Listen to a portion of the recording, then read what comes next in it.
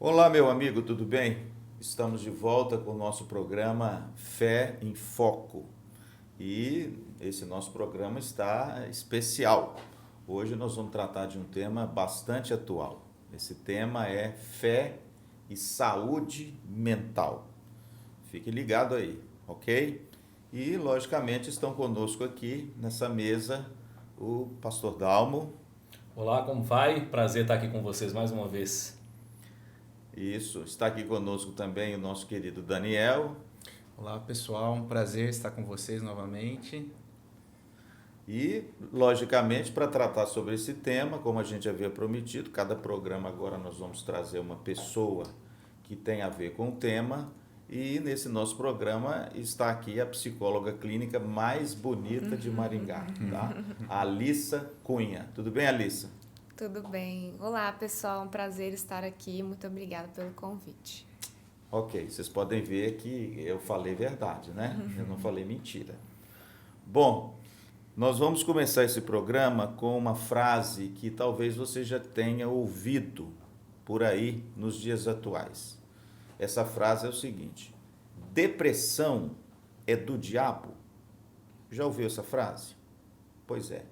Então hoje nós vamos falar um pouco sobre as nuances, né, dessa saúde mental e nós vamos relacionar isso com a fé. Mas em primeiro lugar, nós queremos começar definindo. Alissa, o que é saúde mental? Bom, saúde mental é um conceito que não existe somente um conceito. Ele já foi revisado várias vezes. Por quê?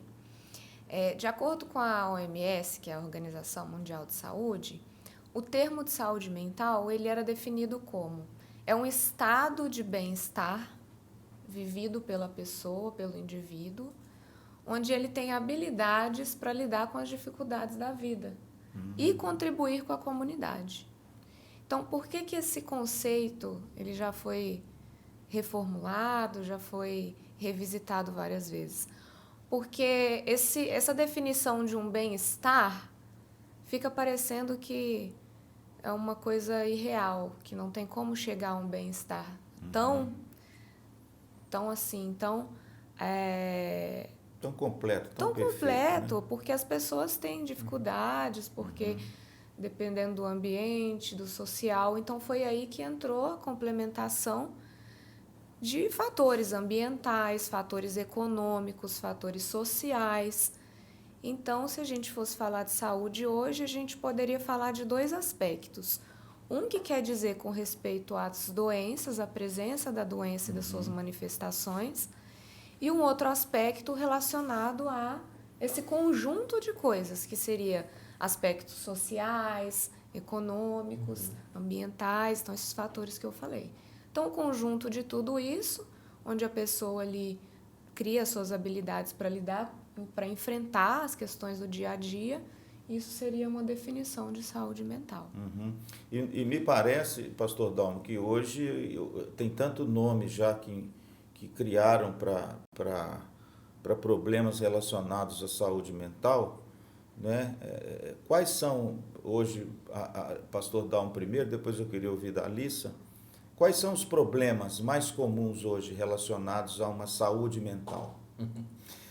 Bom, hoje nós estamos aqui tendo, né, uma oportunidade de ter uma aula também com a Alissa, né? É verdade. E acho que é uma das coisas que eu queria falar primeiro é que nós como pastores nós temos esse desafio de uma postura humilde, de não invadir a competência de outras pessoas, mas é claro agregar aquilo dentro da perspectiva de fé. O nosso tema é fé e saúde mental. Eu diria que na dinâmica da saúde mental a Alissa está aqui para agregar muito.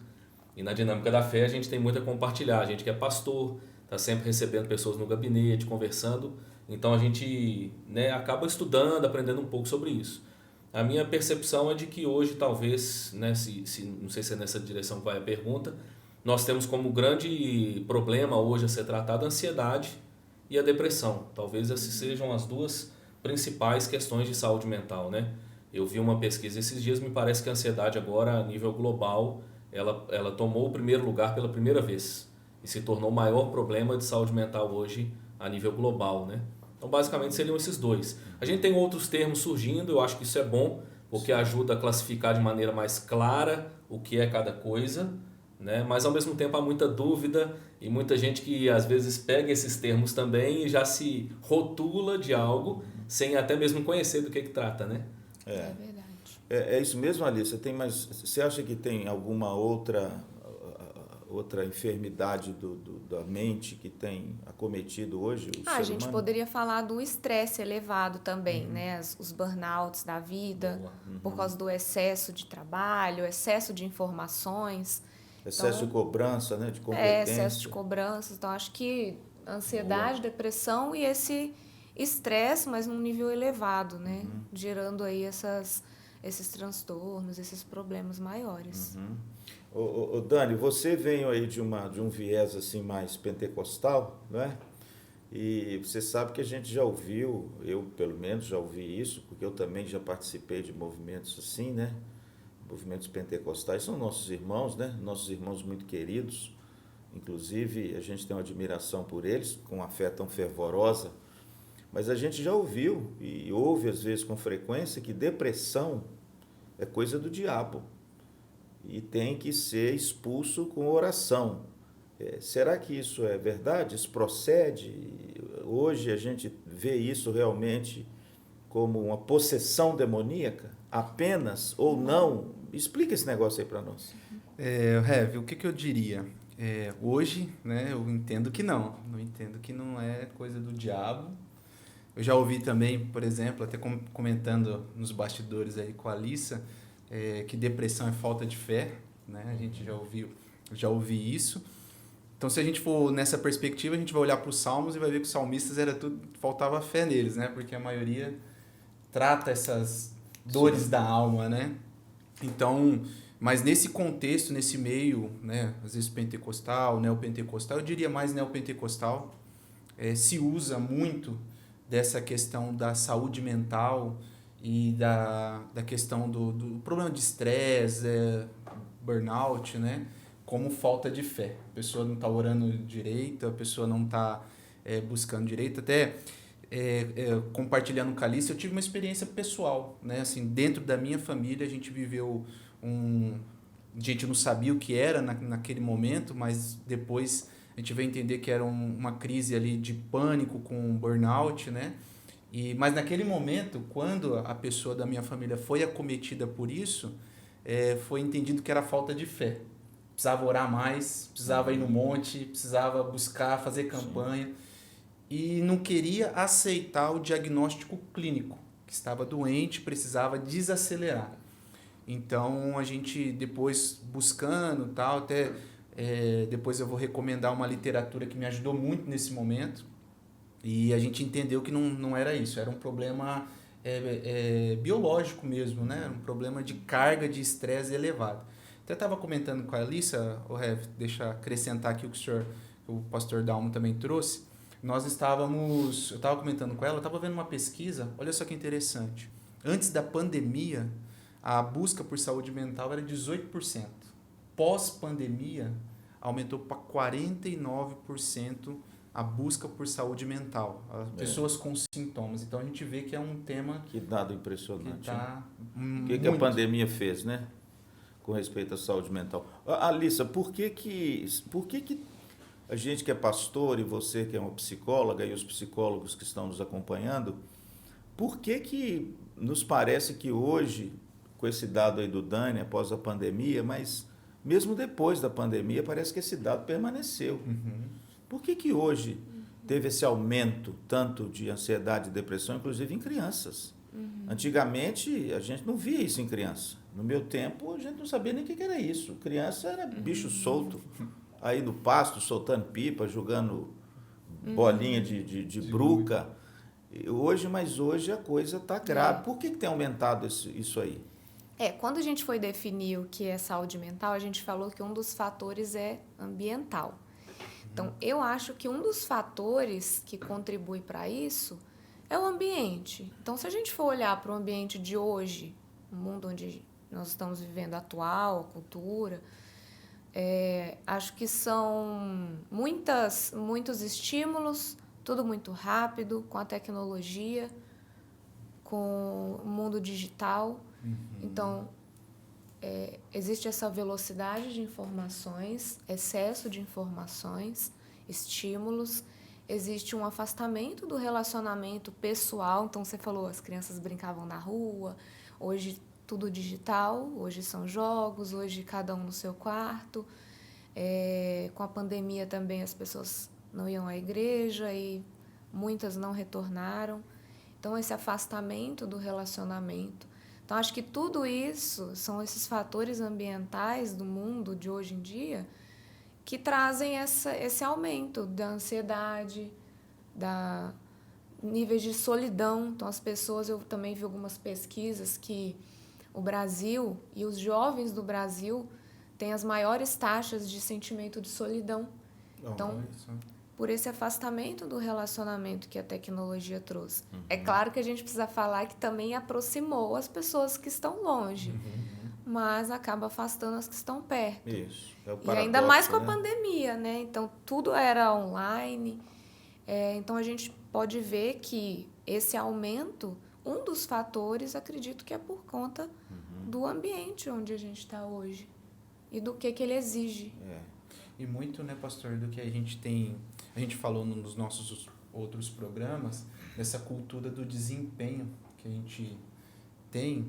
A gente vê que hoje a gente abre a rede social e vê coisas, os jovens estão acompanhando, um conseguiu fazer isso, comprar aquilo, e aí fica essa cultura do desempenho que traz esse sentimento, às vezes, de incapacidade e vai trazendo essas dores, né, entre aspas, para a pessoa. Né? Todo mundo sabe muito da vida de todo mundo também. Se você olhar antigamente, como não tinha ali uma rede social, não tinha um celular, era muito difícil. Você tinha que estar com a pessoa, tinha que caminhar com a pessoa para saber. Hoje você sabe de todo mundo por mais distante que a pessoa esteja, né? Verdade. Você já sabe detalhes da vida, então... E pastor Dalmo, uma coisa interessante, o cristão pode sofrer essas coisas ou não? Claro que pode. Porque outro dia, uma pessoa muito conhecida minha, ela falou comigo que tem muita dificuldade de vivenciar e encarar pessoas com depressão e com burnout. Sim. Ela tem dificuldade, ela acha que isso aí é fraqueza, isso aí é falta de pegada, Sim, entendeu? Sim.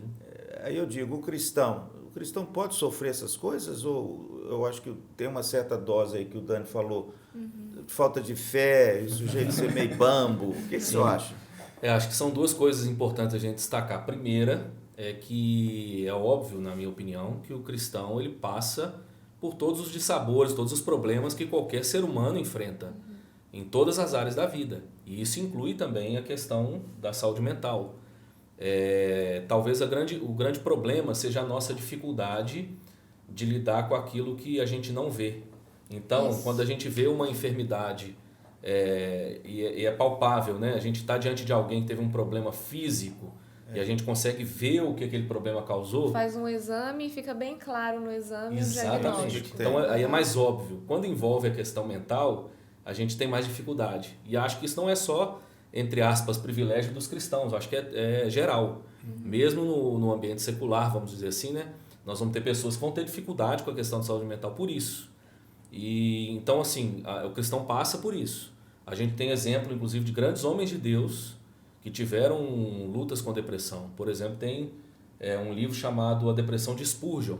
Sim. Spurgeon é considerado um dos maiores pregadores da igreja protestante. E ele lutou com a depressão. Lutero lutou com a depressão. Há, inclusive, uma biografia de Lutero muito bonita, uma série. E nesse documentário, nessa série, há um momento em que eles mostram Lutero deprimido em casa e, de repente, vem uma pandemia, vem uma situação difícil e ele é despertado para cuidar das pessoas. Né? E ele, então, ele consegue sair de casa e vai para a rua cuidar dos moribundos, né? Que estavam sofrendo de outro tipo de enfermidade.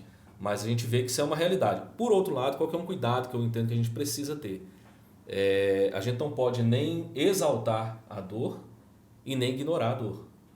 Então, a gente precisa ter o cuidado de perceber que, de alguma forma, é possível que alguém esteja enfrentando alguma dinâmica até mesmo de fé e que ela exalte a dor no sentido de colocar ela como a resposta, a explicação para aquele problema que ela está enfrentando.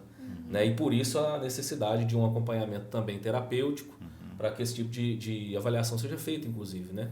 Eu acho que pessoas assim que às vezes nutrem esse tipo de percepção e de concepção a respeito das doenças mentais, né, da saúde mental, eu me lembro sempre daquele texto do apóstolo Paulo, quando ele diz assim: aquele que pensa estar de pé, cuide para que não caia. Porque a gente às vezes desdenha, não acredita, rotula alguém que está sofrendo de um mal da mente, até aquilo não acontecer conosco. Porque na hora que aquilo acontece conosco, a nossa visão às vezes não, a nossa visão vai mudar. Portanto, isso é um dado importante, né? Vamos tratar a doença como doença. Vamos tratar a possessão demoníaca como possessão demoníaca. Agora, às vezes é difícil, né, Dani? A gente discernir o que é uma coisa e que não é, né? É outra, né? Ah, sim, com certeza. A grande questão aí, até comentando nos bastidores, né, Calissa, que a gente tem por essa crescente aí de teólogos do coach, a gente vê essa busca pelo desempenho, né? Que a gente já tem falado sobre isso, até fazendo uma crítica, porque nem todo mundo é igual, nem todo mundo vai alcançar, né? Porque a gente tem isso, você tem que alcançar, você precisa, E a gente até queria saber, assim, da Alice, o que ela acha, por exemplo, no sentido de que a gente vê muitas nessas conferências, esses cultos, né? Pseudo-cultos, técnicas de regressão. Você tem que voltar no seu passado para você achar e destravar o seu presente. E como que você avalia, Alice, essa questão desse meio que a gente tem vivido? Posso só interromper um pouquinho antes dela, né, que ela vai avançar para essa outra questão? Só deixando um versículo que, na minha opinião, 2, que na minha opinião responde muito bem essa questão. O apóstolo Paulo fala lá em Romanos 8, 22 e 23 o seguinte: porque sabemos que toda a criação a um só tempo geme e suporta angústias até agora. Olha que interessante. Paulo está reconhecendo que a realidade criada é uma realidade angustiante. Isso inclui a questão mental. E olha o que ele diz no verso 23. E não somente ela, mas também nós, que temos as primícias do Espírito, igualmente gememos em nosso íntimo, aguardando a adoção de filhos, a redenção do nosso corpo. Paulo está dizendo que o cristão, ele também lida com uma realidade caída e que por causa dessa realidade caída, ele é afetado por tudo aquilo que diz respeito a essa realidade, inclusive na sua mente. Desculpa aí só para fazer essa inserção, viu, Alice? Eu ia falar também, né, dessa mensagem bíblica do não andeis ansiosos, do não temas. Então, já era claro que sempre tiveram problemas, né? As pessoas sempre tiveram questões aí mentais, então não é diferente agora. Então, os cristãos também não estão isentos do sofrimento. Exato. Eu só queria complementar essa questão da dificuldade de aceitar, entender e lidar com problemas reais de saúde mental. É um fator muito histórico também, porque até pouco tempo atrás, a saúde mental era lidada de uma maneira muito diferente. Eu falei aqui daquela definição que tinha, em partes, contribuir com a comunidade. Antigamente, pessoas que tinham algum fator de doença mental, transtornos mentais, não conviviam em sociedade. Elas eram deixadas como presas e maltratadas e eram excluídas. Manicômios, né? Então, a gente precisa lembrar disso, do quanto que essa história ainda deixa um pouco nebulosa essa parte, de que uma pessoa ela pode sim sofrer disso, né? Inclusive, sofrendo disso, pode também contribuir com a comunidade. Então, existe uma história por trás disso e isso ainda respinga até hoje, né? Essa dificuldade de enxergar como algo que é real também. Não é só porque não está num exame tão claramente, né? Que não é. Agora, vamos voltar para a pergunta do Dani. Nessa questão, acho que existem duas coisas que a gente precisa falar. Eu acredito que é um pouco perigoso quando algum teólogo coach, quando alguma outra pessoa vai realizar uma palestra, um evento, e faz técnicas assim, utiliza de técnicas sem, às vezes, ter um conhecimento específico daquilo ali. Então, existem técnicas hoje que é claro que muitos profissionais podem usar, não é só psicólogos, mas ainda assim precisa de um conhecimento bem técnico, bem específico. Então, fica banalizado utilizar técnicas por aí para atingir algum objetivo como esse que é tão forte. E o outro caminho é, eu vou fazer isso ali, vou atingir algum objetivo desse com uma pessoa e depois, como que essa pessoa vai ficar? Essa pessoa não vai dar uma continuidade nesse tratamento, naquilo que ela às vezes lembrou, aquilo que emergiu naquele momento. Então, ali acabou aquele momento, acabou aquela palestra, acabou aquele evento, a pessoa vai embora, e aí? Então, a gente precisa tratar com muito cuidado aquilo que emerge nesses momentos. Porque pode trazer ainda mais sofrimento para a pessoa. Ao invés de destravar, ao invés de curar, pode trazer mais problemas. Vai travar mesmo. Vai travar. A nossa mente, ela faz isso como um mecanismo de defesa. Às vezes, esquecer mesmo memórias. Isso incorre, então, num risco perigoso. De repente, querer trazer alguma coisa, né, que a própria mente Sim. e a própria experiência humana, na realidade, precisa esquecer. Exatamente. E talvez causa mais mal do que bem, é isso? Sim, se não for tratado, pode causar mais mal. Uma pessoa que está em acompanhamento, está fazendo terapia, está com um psicólogo, ele vai ter aquilo tratado até que ele signifique, mude e lide com aquela parte da história de vida. Agora, se aquilo emerge e a pessoa fica sem saber o que fazer com aquilo, aí pode se tornar um problema, porque se não estava na memória é porque trouxe sofrimento. Então, para que resgatar algo se eu não vou cuidar daquilo? Né? E aí entra também a parte cristã, de preciso voltar lá no passado para eu curar o meu presente, para eu destravar o meu presente. Eu quero até falar sobre isso depois um pouco. Exatamente. Então, é a questão de sermos novas criaturas, é a questão de eu não sou mais quem eu era com Cristo. Então, né, se quiser complementar. Porque exatamente, hoje tem um negócio de você ter que reviver as coisas do passado para curar o presente, que à luz das Escrituras, isso não é verdade. Não é? O apóstolo Paulo mesmo cita o seu exemplo, né, anterior, da sua vida anterior, dizendo o seguinte: olha, esquecendo-me das coisas que para trás ficam. Ou seja, Paulo não escafunchava o passado para ele compreender o presente dele. Ele entendia que agora ele era uma nova criatura em Cristo Jesus. As coisas antigas se passaram e tudo se fez novo. Você vê, por exemplo, o profeta Jeremias, no estado caótico de Jerusalém, na época da invasão da Babilônia, ele andando naquela miséria, naqueles corpos mortos na cidade de Jerusalém, ele diz assim: quero trazer à memória o que pode me dar esperança. E aí, de repente, a gente tem que tomar cuidado, né, Alissa? Porque determinadas técnicas, achando que vão curar o presente, querem desenterrar defunto do passado. Sendo que a Bíblia não diz a respeito disso, né? E aí eu acho que cabe uma pergunta interessante aqui. A Bíblia é um auxílio para um tratamento de saúde mental, ou, como dizia lá no passado, quem lê a Bíblia fica doido? Porque eu que sou o mais antigo dessa mesa, eu já ouvi muito esse jargão. Olha, quem lê a Bíblia fica doido.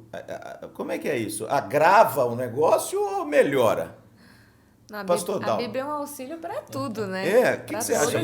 Eu vou começar com o pastor Dalmo, depois eu quero ouvir a Alissa, porque a Alissa, sendo psicóloga, logicamente que a psicologia é uma área também do conhecimento que auxilia a palavra de Deus, mas nós temos que tomar cuidado para uma não misturar com a outra. Né? Então vamos lá, pastor. Melhora ou piora? Tem alguma coisa na Bíblia que ajuda? Sim, e só um detalhe antes aqui também que eu queria compartilhar, né? A gente estava falando dessa questão da regressão e tudo mais. Fora o fato de que o papel do pregador, e esse é que a gente precisa falar menos, o papel do pregador é pregar. Né?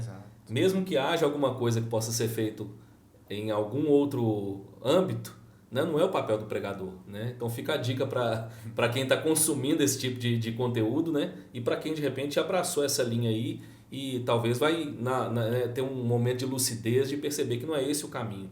O papel do pregador é pregar a palavra. Isso não quer dizer que as outras áreas não tenham a sua contribuição. Né? Entretenimento tem seu lugar. Não, a gente não está dizendo que não é bom ter entretenimento, mas não é o papel do pregador. Né? Então, só esse detalhe. Quanto à escritura, né? Claro que ela ajuda e muito. Né? A gente entende que essa é uma dimensão do ser humano que também precisa de cuidado. A dimensão espiritual. E que ela, inclusive, ela vai ter efeito, ela vai ter consequências em todo o ser humano. Então, a gente entende que a revelação de Deus, ela agrega muito. Vou dar aqui pelo menos um exemplo. Ela agrega na medida em que ela mostra para a gente homens e mulheres reais que lidaram com problemas reais e superaram seus problemas. Olha como é que a Bíblia agrega. A gente está ouvindo a história e vendo que a gente também encontra a mesma oportunidade de em Deus, superar os nossos problemas também. E de todas as ordens, incluindo, né, como nós já falamos, citando Salmos, de ordens também de saúde mental.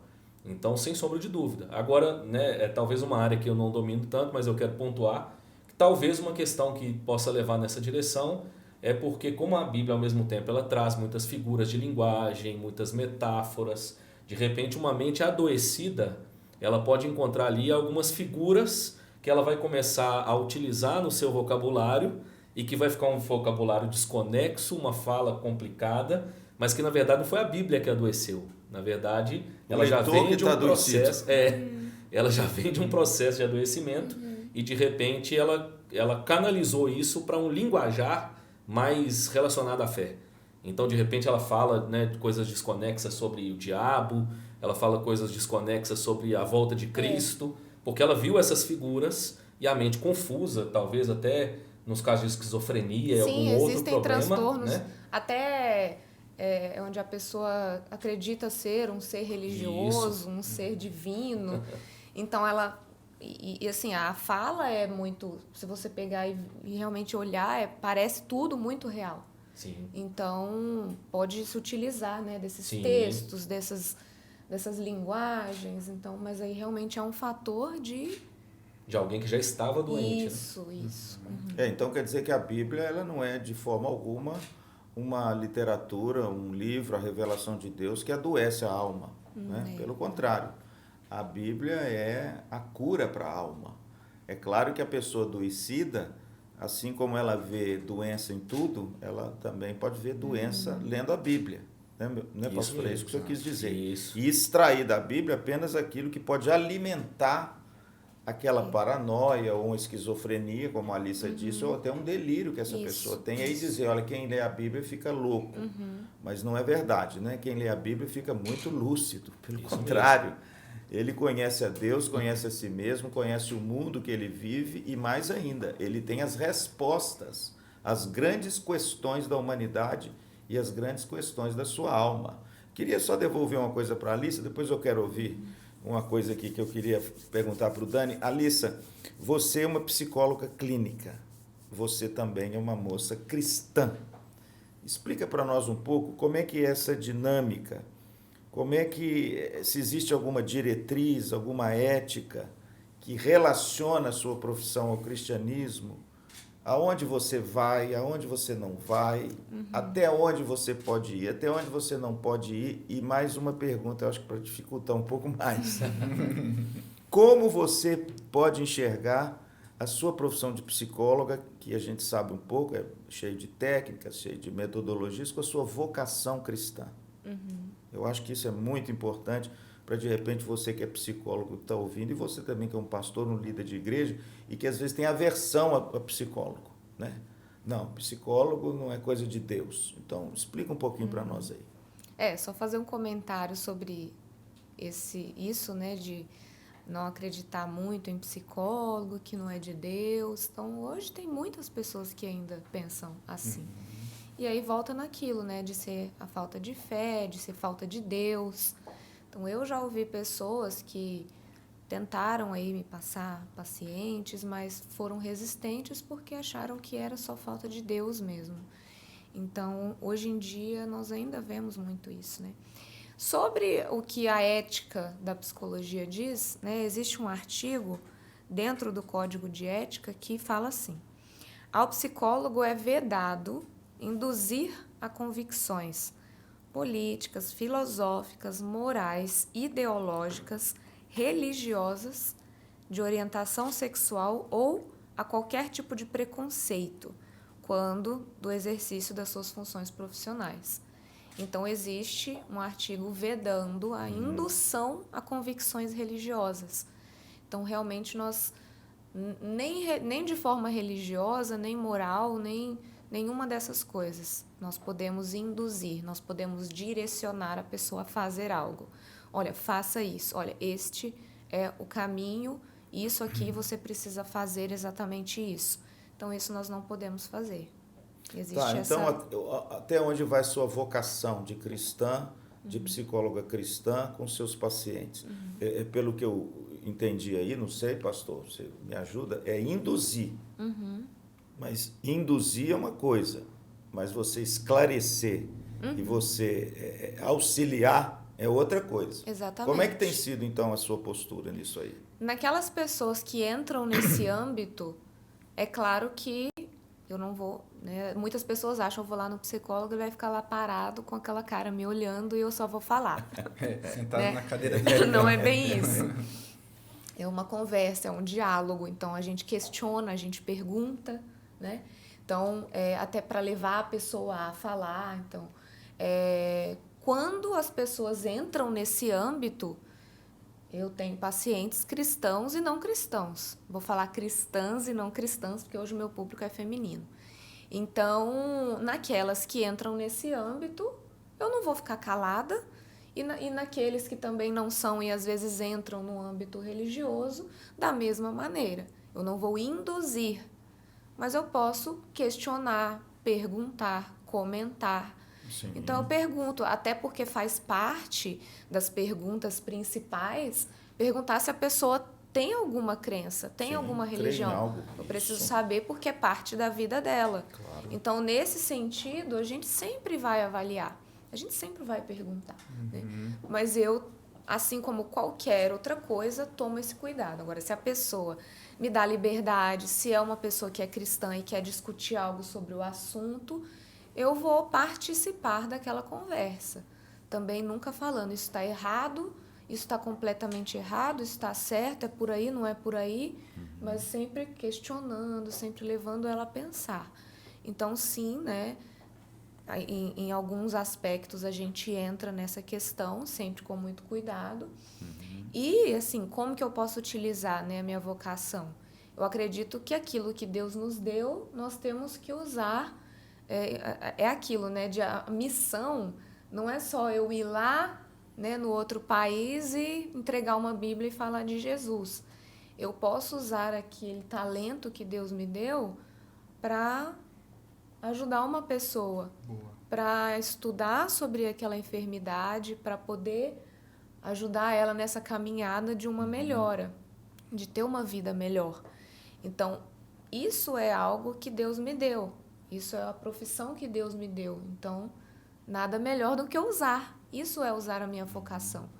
Eu não precisaria explicitamente falar de Deus, mas através de um acolhimento, através de um sentimento assim de amor, de compaixão pela pessoa. Isso aí foi o que Cristo nos deu também. A questão do relacionamento, a questão do amar até os inimigos. Então, isso é usar o que Deus deu através da minha profissão, a minha vocação. Então, quer dizer que existe assim uma esfera de ação, né? Eu acho que é muito bom a gente pontuar isso aí aqui no programa. Existem esferas de ação. A psicologia, ela é uma esfera de atuação para auxiliar as pessoas com problemas, né, emocionais, mentais. E a igreja, a palavra de Deus, o evangelho, é uma outra esfera de ação, que também se propõe a tratar, a curar as mágoas, as feridas, os problemas emocionais, os espirituais que a pessoa tem. Nesse ponto, Dani, a igreja, ela auxilia ou a igreja pode ser um problema? Vou dizer que auxilia. Eu pensei aqui num outro contexto, mas auxilia, Rev. Estava até comentando acho que com a Alissa sobre a questão da fé, o tanto que os estudos têm mostrado que o quanto a fé ajuda em em problemas de saúde mental. Isso tem sido pesquisado, visto pós-pandemia, né? Quando as pessoas ficaram reclusas, isso em todos os âmbitos, em todos os contextos. Mas, com certeza, a igreja ajuda, e por um ponto que a gente tratou aqui no início, esse acolhimento das pessoas, outras pessoas, né? A gente enxerga que a palavra de Deus é esse auxílio no sentido de que a gente está aprendendo, está olhando, está vendo, né? Exemplos, pessoas que passaram por situações que de repente a gente pode estar passando. Eu vejo também que a Bíblia nos ajuda e nos incentiva. Quando a gente olha textos, por exemplo, Jesus falando sobre a própria ansiedade, ali tem um ponto legal que é nos ensinando a falar sobre a contemplação da vida, né? A gente contemplar, olha os pássaros, olha os lírios do campo. Então, nesse sentido, eu diria que a igreja, sim, uma igreja séria, uma igreja bíblica, ela vai te ajudar, porque nós vamos ter pessoas lá te ajudando, te auxiliando. O que eu travei aqui um pouquinho no começo é que eu pensei justamente em contextos onde essa saúde ou essa questão da pessoa não é tratado de forma acolhedora, mas é tratado de forma onde a pessoa não tem fé, onde a pessoa discriminatória, né? Exatamente. Nesse sentido, aí eu acredito que você que está nos acompanhando, deve olhar e observar o contexto que você está inserido, porque nesse sentido pode ser prejudicial. A gente está inserido dentro de um contexto que, ao invés de nos abraçar, eu falo isso por experiência própria, mas ao invés de nos abraçar, ela vai nos dizer, olha, você não tem orado muito, viu? Você não tem buscado lido a Bíblia. Você não tem lido a Bíblia, né? Não, isso é falta de fé. Então, nesse sentido, eu acho que ao invés de ajudar... É o diabo. É o diabo. Isso aí pode ser uma possessão demoníaca, né? Deus. Pode ser alguma coisa. Então, nesse sentido, eu acredito que você deve avaliar. Pode ser isso também, Sim, né? Mas ser. Nunca é só isso. Só isso. A gente tem que falar. Pode ser uma falta de fé, pode ser falta de buscar a Deus. Pode ser. Eu ia até acrescentar dentro dessa questão das esferas, porque quando a gente entende também a nossa esfera, tem a nossa parte que a gente precisa pontuar, né? Então, nós como pastores, por exemplo, a experiência de gabinete, eu já lidei com pessoas que procuraram falar, olha, eu estou com um pensamento suicida, eu tenho inclinações para autoextermínio. A minha esfera eu vou tratar você como pastor, nós vamos orar juntos, eu vou te aconselhar, mas você precisa procurar um médico psiquiatra, você precisa procurar um terapeuta. Quer dizer, eu estou entendendo que tem algo que extrapola a minha esfera, mas ao mesmo tempo eu não posso falar para ele, vai embora e o médico vai te tratar agora. Claro, e a Bíblia tem até respostas. Exatamente, e entender que existem questões que são de fé. Né? Então, aquilo que diz respeito à fé é conosco. Agora, eu tenho tido uma experiência, Alissa, muito curiosa no mínimo, que a grande maioria das pessoas que, depois de uma recomendação, procura um terapeuta, procura uma ajuda médica, ele geralmente volta depois e fala assim, pastor, eu fui ao psicólogo e ele pontuou algumas coisas igual o senhor está falando. É curioso, né? E eu acho que isso traz luz a uma outra questão, que é essa beleza de uma abordagem multidisciplinar. Holístico. São várias pessoas que estão com a mesma intenção de cuidar e tratar de quem está doente. Exato. Eu queria só deixar um texto aqui para você com respeito à igreja. Sim. Porque o Dani falou um negócio pertinente. Tem igrejas, por exemplo, que têm tratado de forma leviana a saúde mental e tem piorado a pessoa. Mas, na realidade, não é essa a igreja do Novo Testamento. Não é. O apóstolo Paulo, por exemplo, escrevendo à comunidade tessalônica, capital da Macedônia, na sua viagem, lá em Atos 17, depois ele escreve 2 cartas a essa igreja. A igreja que ele amava. Olha o que ele escreve no capítulo 4, versículo 15. 14:15. Exortamo-vos também, irmãos, a que admoesteis os insubmissos. Ou seja, a igreja é um lugar de tratar quem erra. E isso também faz parte da saúde mental. A gente não pode passar a mão na cabeça de quem faz coisa errada. Trateis os insubmissos. Consoleis os desanimados. Isso é a igreja, isso é a comunidade de fé. Consolando as pessoas.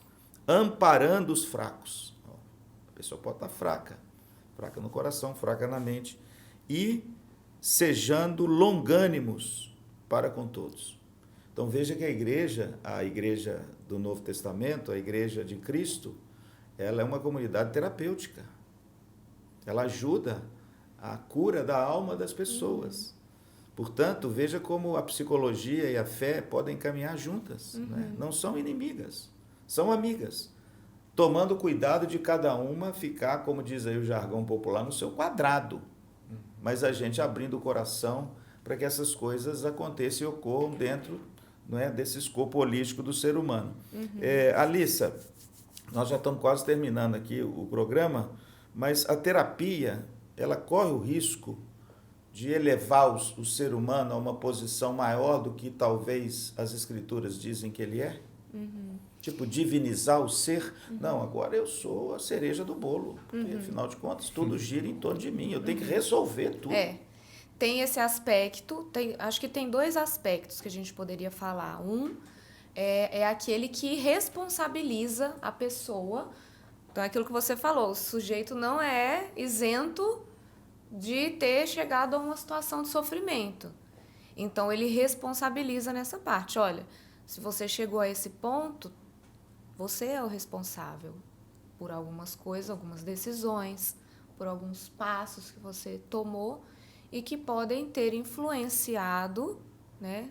Não é que uma coisa vai acontecer, uma coisa acontecendo vai acontecer a outra, mas pode influenciar. Então, é aquilo de nós sermos responsáveis pela situação em que a gente chega. Essa é uma das coisas. Não é só isso, mas é uma questão bem forte. Porém, por outro lado, tem aquilo de que para a pessoa ficar feliz, para ela obter prazer, para ela ir por esse caminho, né, de cura, de felicidade, ela precisa fazer, né? Ela precisa ir em busca disso. Então, isso pode ser visto, pode ser usado nesse sentido. Eu preciso buscar a minha felicidade. Eu preciso fazer coisas para buscar o meu prazer, porque isso que vai me ajudar.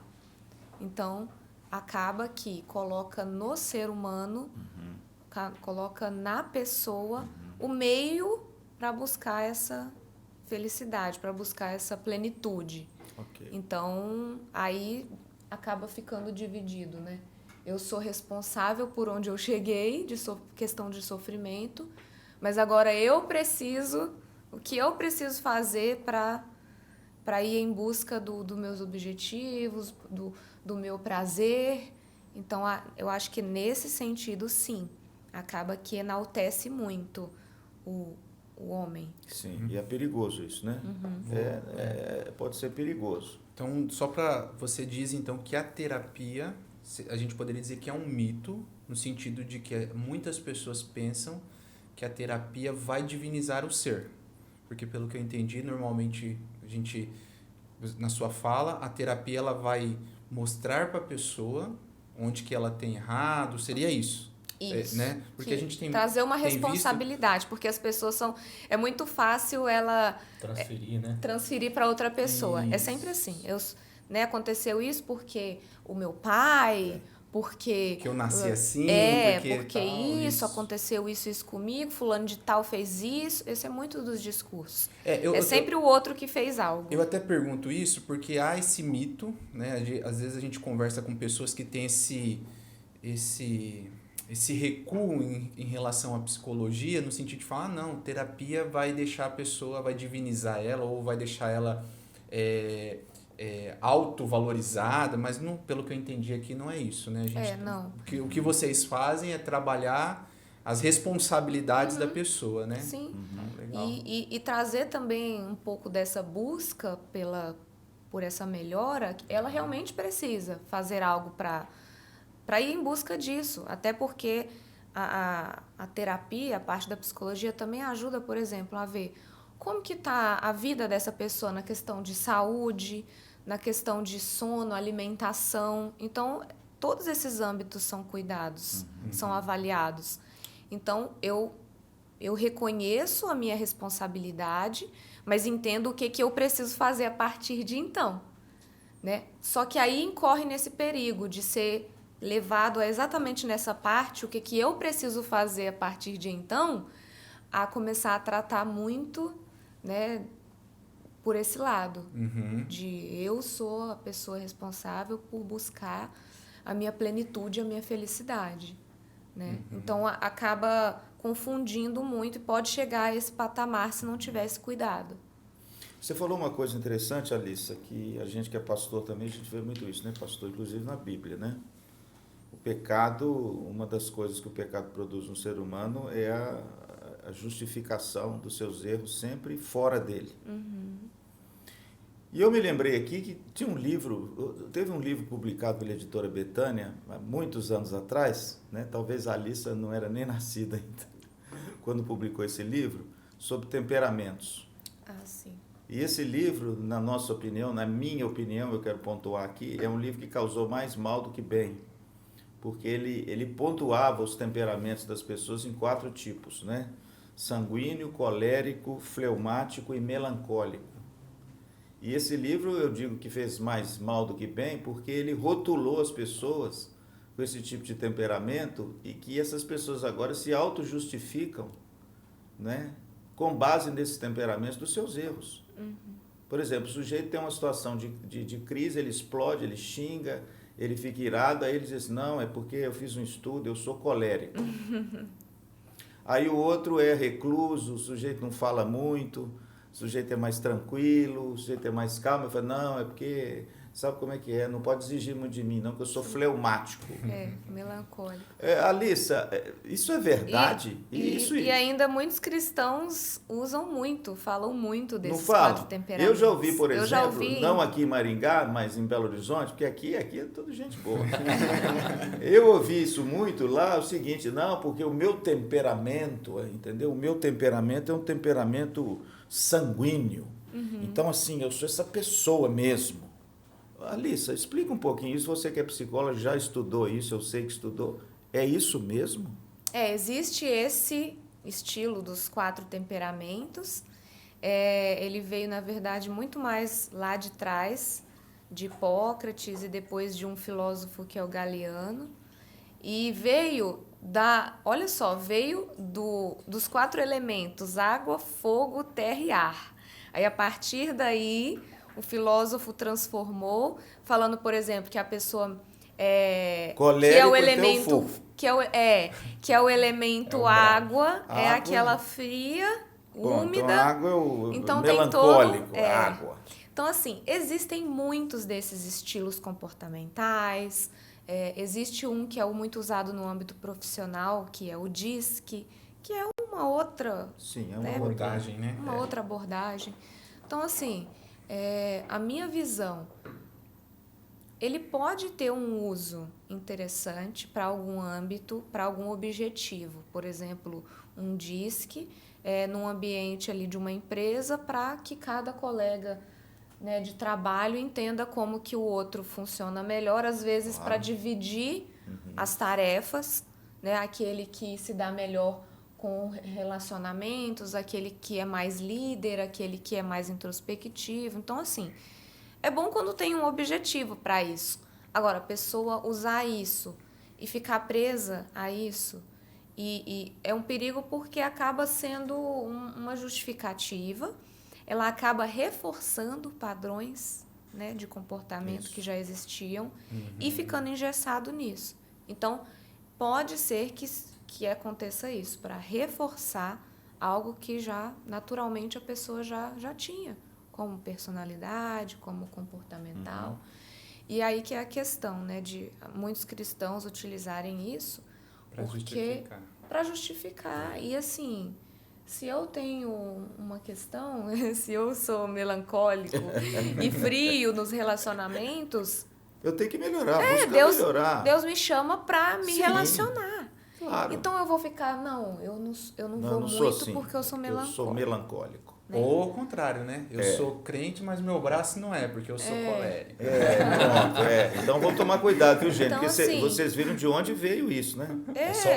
Então, você diria, Alissa, que isso traz mais uma classificação de tendência, mas que não pode ser um determinismo. Mas existe essa coisa de uma tendência. Eu tô perguntando por dúvida mesmo, viu? Não, todas as pessoas têm uma todos. coisa agora. A tendência Então seria virar. legal por classificar. Ele tem uma tendência a se comportar de determinada maneira. Até para que ele saiba justamente o que ele precisa tratar. Isso. Porque ele tem uma tendência a se comportar de determinada maneira. Isso. E em vários aspectos aquela não é a melhor maneira dele se relacionar. Eu lembro quando eu trabalhei por um tempo com RH. E lá eu fiz o curso do DISC e a gente fez... A gente fizemos nós o nosso DISC quanto aplicamos em outras pessoas.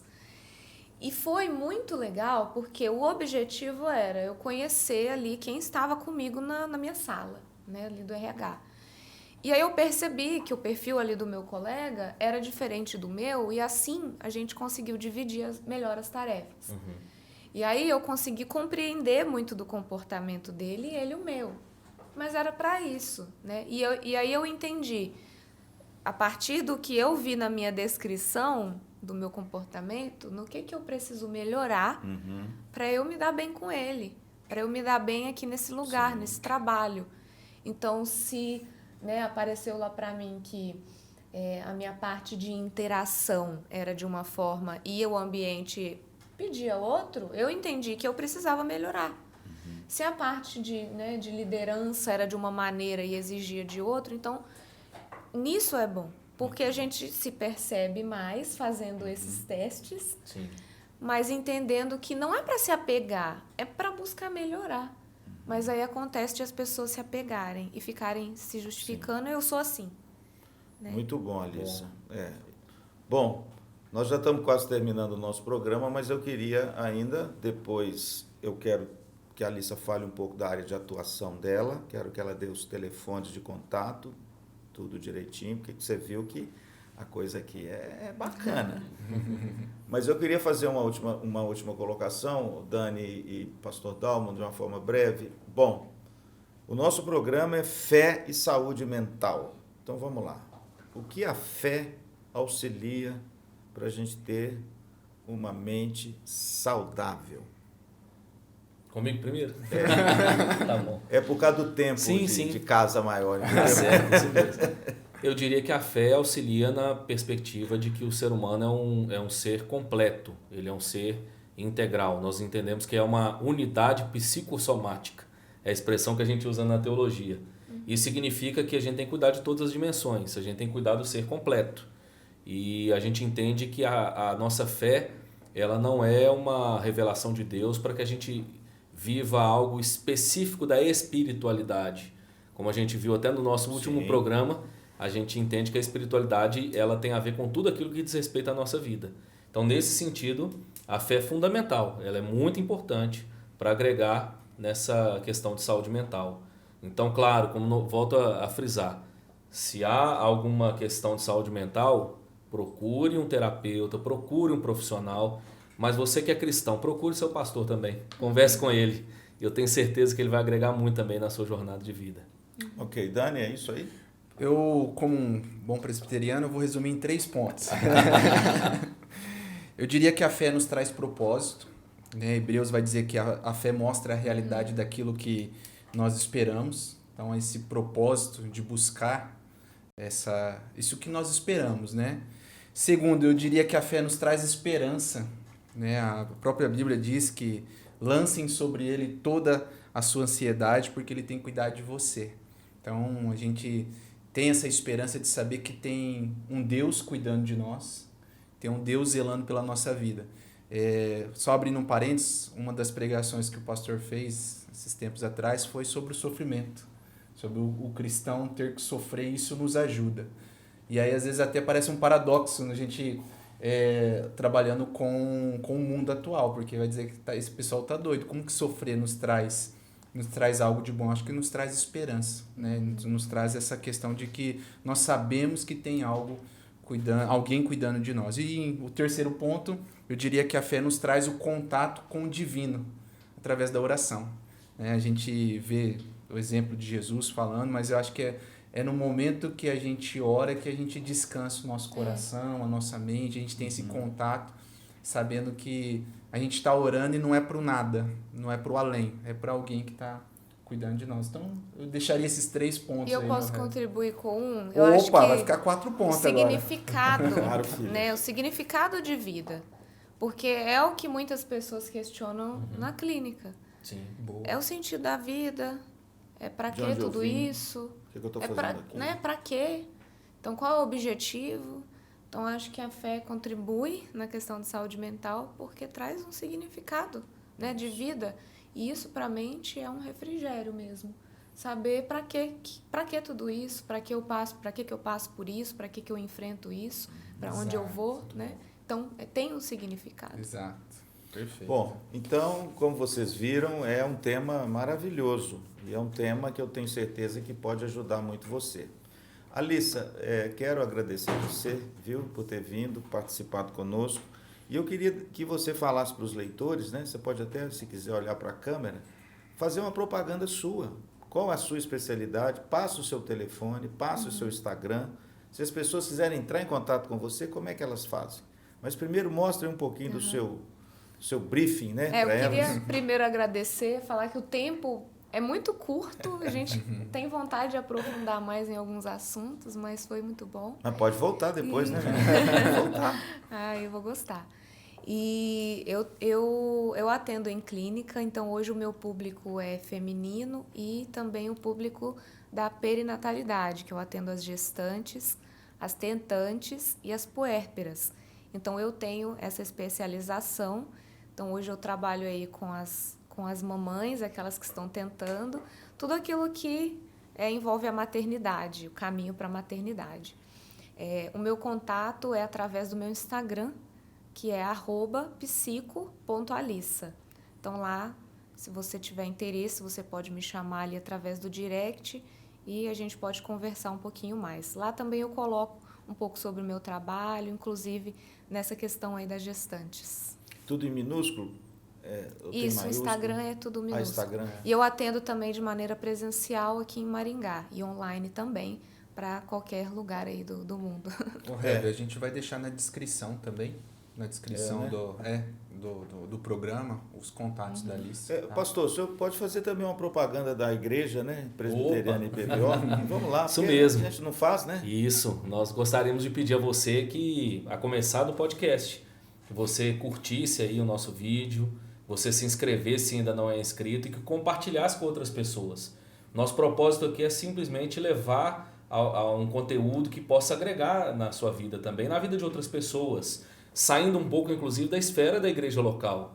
Então, nós produzimos conteúdo para isso, para abençoar a vida das pessoas. Então, é muito simples nosso Instagram também e YouTube, provavelmente você já sabe porque está acompanhando aí, mas é @IPVO. Então, siga lá na rede, nas outras redes sociais, no Instagram, e aí você vai ver outros conteúdos, pregações, tem muita coisa boa lá. E em Maringá, estando em Maringá, pode visitar. Exatamente, pode nos visitar.